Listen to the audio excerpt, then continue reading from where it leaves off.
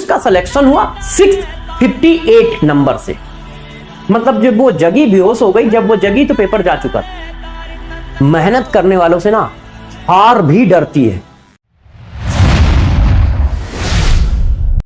आज मैं आपको एक लड़की की कहानी सुनाने जा रहा हूं, जिससे मैं कानपुर के ओरिएंटेशन में मिला था, विद्यापीठ के ओरिएंटेशन में मिला था। उसकी कहानी सुनाने जा रहा हूं। कहानी क्या है जरा सुनिएगा।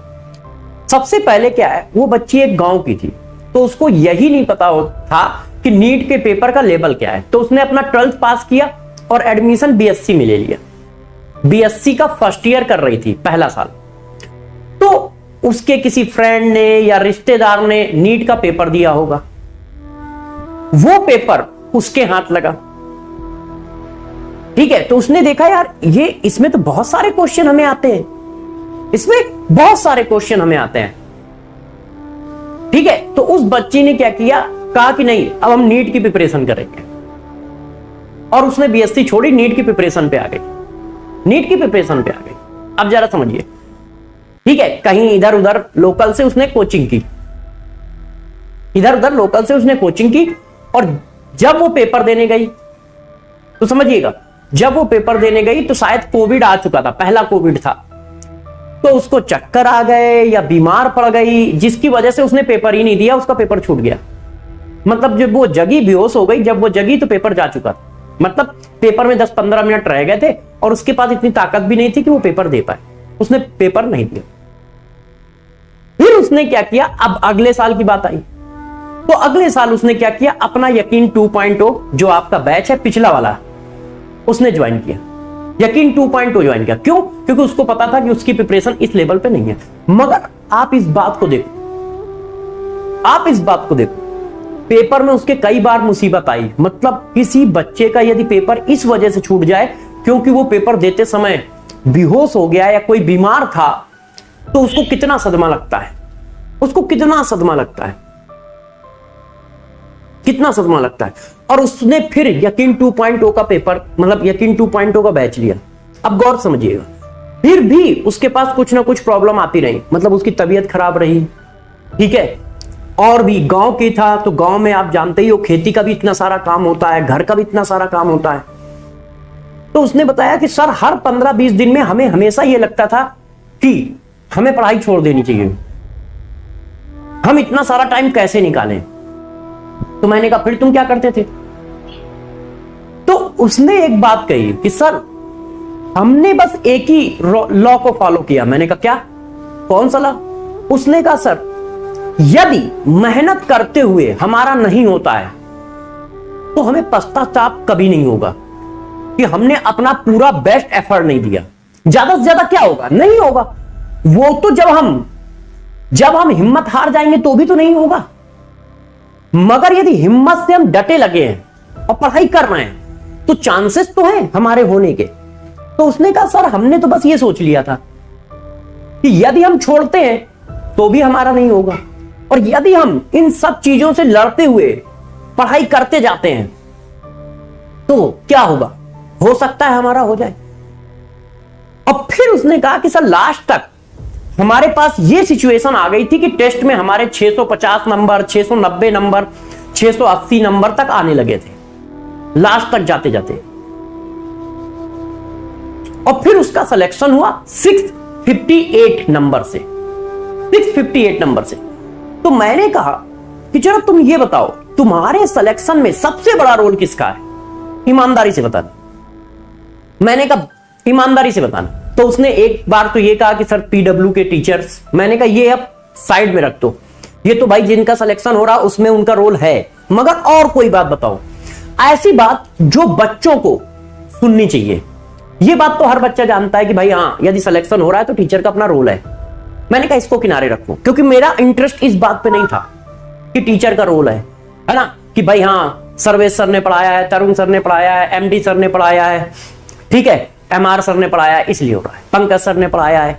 मैंने कहा इस बात को छोड़ो, तुम ये बताओ कि तुम्हें और दूसरा पॉइंट क्या लगता है। तो उसने एक बात कही और जो मुझे सबसे अच्छी लगी, वही बात मैं तुम्हें सुनाना चाहता हूं।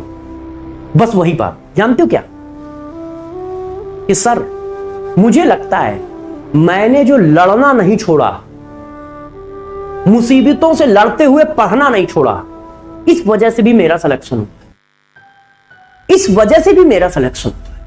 मैंने कहा बहुत सही, बस मैं यही सुनना चाहता था। क्यों? क्योंकि मैंने तुम्हारी कहानी में यही बात नोटिस की कि तुमने लड़ना नहीं छोड़ा।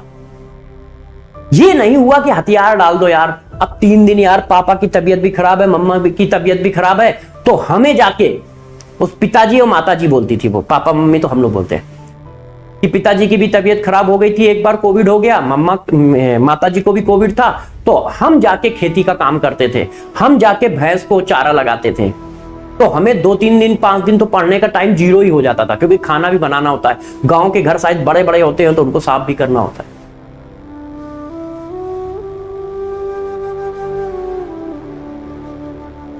मगर उसने हिम्मत नहीं हारी, उसने कहा सर हमने ये सोचा था कि यदि हम अभी हथियार डालते तो भी तो हमारा नहीं होगा।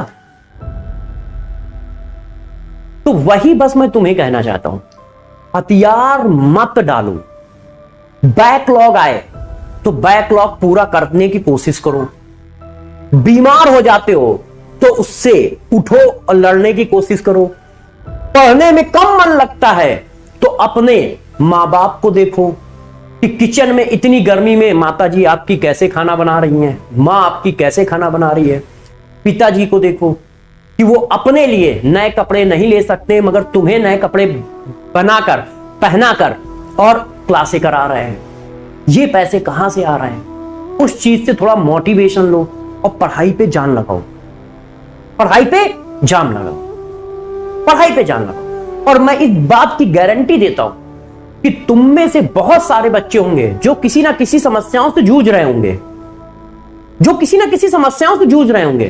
फैमिली प्रॉब्लम होगी, उनकी पर्सनल प्रॉब्लम होगी, किसी का हेल्थ का इश्यू होगा, किसी का फैमिली का इश्यू होगा, किसी के लिए यह दिक्कत होगी कि उसके घर में एक ही कमरा है तो वो पढ़े कहां।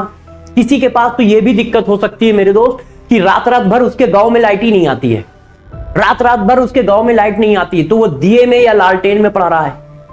समस्याएं होंगी, मैं मानता भी हूं कि हैं, मगर तो क्या किया जाए? हथियार डाल दिया जाए या हम इन लोगों से कुछ सीख ले, हम इन बच्चों से कुछ सीखें और लड़े और लड़े। उस बच्ची का नाम स्वाति था कि हम लड़े और लड़कर सिलेक्शन लें, लड़कर सिलेक्शन लें। आप बताओ क्या करना चाहिए? क्या हथियार डाल देने चाहिए या लड़ाई करनी चाहिए? मतलब फाइट बैक करना चाहिए, अपनी पूरी क्षमता के साथ लगातार लगे रहना चाहिए, लगे रहना चाहिए।